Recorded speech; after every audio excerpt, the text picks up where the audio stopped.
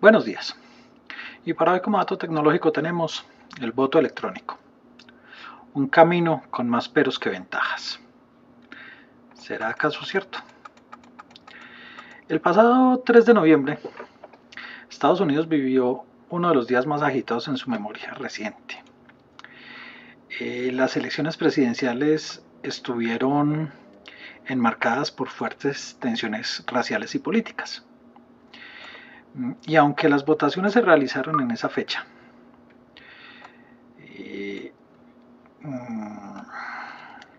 los resultados solamente pudieron conocerse 4 días después, cuando Joe Biden fue declarado ganador.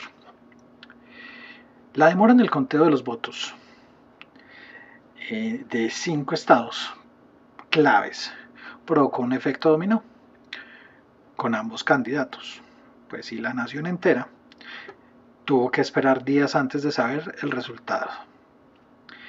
Pero en comparación a las elecciones presidenciales de Brasil del 2018, que ya tenían ganador de apenas 2 horas y 16 minutos después de que cerraran las urnas, pues es bastante irónico.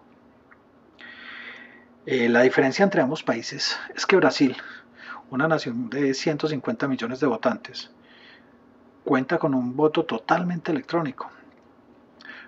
Con dos ejemplos tan distantes, la cuestión sobre si se debe implementar o no un sistema de voto electrónico apunta hacia un rotundo sí en términos de efectividad, para obtener los resultados. Sin embargo, aunque en muchos campos se prevé un futuro digital, nuestros sistemas electorales han probado ser mucho más complejos. Hablemos de un poco del panorama mundial. Mirando los números, las naciones como Estados Unidos son mucho más comunes que las que han implementado voto electrónico como Brasil. Pues según cifras del Foro Económico Mundial, 209 de los 227 países evaluados todavía confían en marcar un tarjetón manualmente. Las máquinas para votar son usadas en apenas el 10% de todos los países registrados. Y esto, sin embargo, no se debe a que no haya interés, sino a que varios sistemas electrónicos implementados se quedan cortos frente a la confiabilidad del papel. En Alemania, por ejemplo, intentaron implementar voto electrónico en 2005 con terminales fabricadas por la compañía danesa NetApp, y apenas un año después empezarían los problemas. En 2006, un grupo de delincuentes digitales daneses escogió modelos muy similares a los usados por el gobierno alemán como blanco para sus pruebas. El grupo demostró que apenas en algunos minutos fue capaz de ganar acceso total a la máquina, modificar los datos en ella y dejar virtualmente sin ningún rastro de la manipulación. Pero más preocupante aún es que este tipo de máquinas representaba el 90% de las terminales para votar en los Países Bajos. El sector privado japonés usa votos electrónicos internamente. Como consecuencia de lo anteriormente expuesto, Alemania debió revisar, modificar y actualizar todas las terminales, pero incluso con las vulnerabilidades corregidas se perdió el elemento más importante, la confianza de los votantes para el 2007. El gobierno alemán tenía en sus manos varias demandas y derechos de petición sobre el funcionamiento interno de las terminales para votar. Y después de todo, ¿cómo puede el votante verificar su voto si está siendo registrado y contado?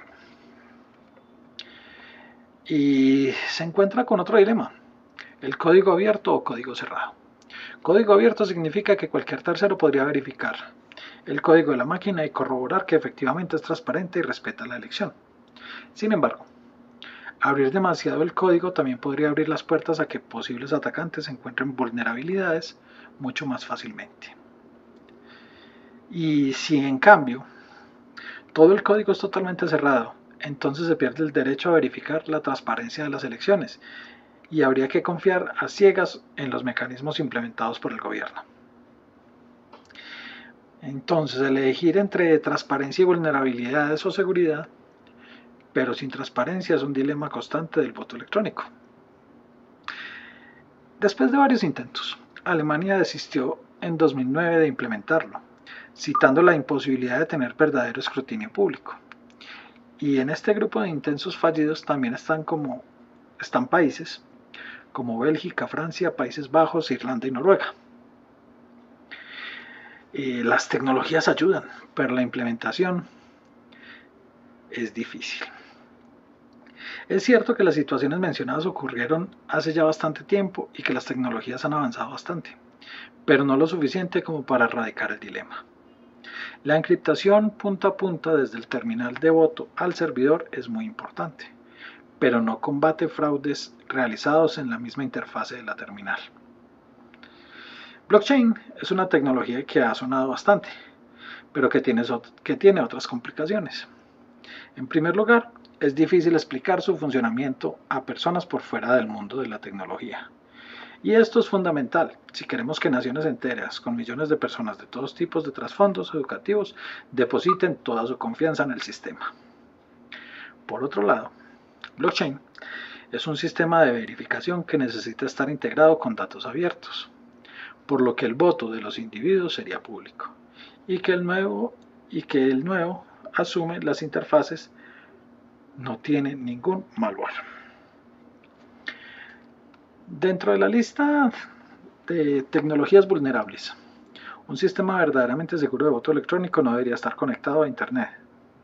En 2015, la US Fundación Voting concluyó que ningún sistema de voto basado en Internet es suficientemente seguro. Y es que precisamente la sola idea de que el sistema electoral entero esté conectado a la red mundial no tiene mucho sentido si la seguridad es verdaderamente una preocupación. En últimas, tenemos también que recordar que ninguna tecnología, por más segura que parezca, es impenetrable. Un grupo organizado, con los recursos necesarios, tiene todo el potencial para organizar ataques en los sistemas de votación de las naciones del mundo. Estar conectado a Internet solamente haría esta tarea mucho más fácil. Hablemos de Brasil y Estonia, que son verdaderamente éxitos. Pues pese a los reparos del mundo en general, todavía tiene todos los reparos que el mundo tiene en general, ¿sí? Sobre el voto electrónico, algunos países han implementado ya elecciones de esta manera y sin mayores contratiempos. Sin embargo, algunos fragmentos de estos sistemas cambian por completo los paradigmas que tenemos sobre el papel del voto ciudadano. Estonia, un país pequeño en el este de Europa, implementó el voto electrónico desde el 2005 y para las elecciones parlamentarias de 2019, el 43.75% del país estaba votando a través de Internet. Y aunque suele citarse como un ejemplo de éxito, lo cierto es que la realidad no es tan amable. El sistema de voto por Internet en Estonia tiene vulnerabilidades comprobadas por las mismas organizaciones dentro de la Unión Europea. Dentro de los riesgos existen temas como el hecho de que algunos votos deban ser transferidos por medio de USB, hasta poner configuraciones de red en público. Estonia ha publicado partes del código que corren los terminales del voto, pero también existen pedazos que no son abiertos y que de nuevo quiebran la transparencia que requiere un verdadero sistema electoral. Estonia es frecuentemente nombrado, pero Brasil, con sus casi 210 millones de habitantes, es nuestro ejemplo más cercano. De hecho, Brasil tiene implementado un sistema electrónico desde el año 2000 y de nuevo, no ha tenido mayores contratiempos, pero esto no quiere decir que los riesgos y las dudas no existan. Empecemos primero pensando en el hecho de que los terminales tienen ya 20 años de antigüedad y que están basados en una arquitectura antigua de IBM, con un sistema Windows CE. No solo ambas tecnologías están desactualizadas, sino que otros elementos del sistema dejan en el aire la posibilidad de verificar el voto. Las máquinas no imprimen ningún tipo de confirmación, lo que significa que se debe confiar plenamente en oprimir un par de botones. Por otra parte, aunque el gobierno de Brasil está en lo correcto, al decir que no se ha sufrido ataques, esto ha venido con el costo de otros elementos. Sobre el funcionamiento interno de la máquina no se puede decir nada, ya que el mismo gobierno no publica el código fuente y tampoco presta los equipos para auditorías de terceros. En 2012, el Tribunal Electoral de Brasil le prestó código fuente a un equipo a un profesor de la Universidad de Brasilia para confirmar la seguridad del sistema. Y el acceso fue revocado después de que el profesor universitario encontró vulnerabilidades importantes en apenas 5 horas. Desde entonces, ninguna auditoría externa al gobierno se ha hecho al respecto, elevando las dudas sobre un sistema de voto que solamente el gobierno puede confirmar. Es cierto, o parece serlo, que no ha sufrido ataques, pero esto no significa que no se vayan a presentar. Esto es particularmente importante de mencionar a escasos días de que la Corte Suprema de Brasil haya debido parar actividades por una semana entera debido a un ciberataque. Las desventajas existen, pero es también difícil de contrarrestar, cuando las elecciones en Brasil suelen tener resultados muy rápidos y sin mayores incidentes. Colombia, por su parte, también ha querido implementar el voto electrónico desde hace más de una década. Pero ¿y en Colombia cómo vamos? El voto electrónico en Colombia debió ser una realidad hace más de 10 años, al menos en el papel. La Ley 892 de 2004 estipuló que debían establecerse antes de 2009 estas cosas. Cosa que no pasó. Luego, en 2011, el artículo 39 de la Ley 1475 reiteró dicha orden y se exigía el cumplimiento antes de las elecciones para el Congreso del año 2014. Pero tampoco sucedió. El principal motivo, el dinero. Si bien la votación en sí reduciría gastos, la implementación del software y hardware es otro asunto. Es de conocimiento público que una de las principales misiones de la actual administración es avanzar en la digitalización y la transformación digital del país. Y esto se ejecuta en varios frentes, como el paso a la factura electrónica, a la historia clínica electrónica y a la cédula electrónica. Esta última sería la base para hacer una reforma de código electoral, que resultaría en la modernización de las elecciones. Es lo que han llamado la registraduría del siglo XXI, campaña que tiene carácter urgente. Sin embargo, desde que se anunció con bombos y platillos la registraduría del siglo XXI y su cédula electrónica, la falta de información ante un tema tan delicado genera preocupación, tanto en el caso del documento de registro como en el proyecto de la ley de reforma del Código Electoral, radicado en agosto del 2020 y que cuenta con el apoyo de la bancada del Centro Democrático, que es el partido de gobierno. ¿Qué empuja hacia el voto electrónico, del cual no se podría obtener mayor información porque queda sujeta a la catalogada seguridad nacional? Y otra de las preocupaciones radica en el afán que hay en la aprobación del proyecto, porque las opciones formuladas no son necesariamente las más seguras ni transparentes. De acuerdo con un análisis realizado por la Fundación Carisma, de la variedad de formas del voto electrónico que existen en el mundo, el nuevo Código Electoral propone para Colombia el voto electrónico mixto y el voto por Internet, que plantea importantes riesgos por la transparencia, el secreto y la integridad del voto. Pero no todo está en contra. Andrés Guzmán Caballero, abogado enfocado en tecnologías, sí cree que el voto más seguro es el electrónico, con constancia impresa y urna, y muy atrás quedan sus contrincantes. El voto virtual y el voto puramente físico que normalmente conocemos pues no brinda garantías, son fácilmente manipulables y no son técnicamente confiables. Aunque algunos sectores, especialmente el de la tecnología, advierten sobre los riesgos del voto electrónico, el proyecto de ley sigue en tránsito, pero también preocupa la falta de socialización, el carácter de urgencia y la maquinaria política que esto acarrea. Pues es una línea compleja de romper. De otro lado, las alertas de corrupción también están encendidas.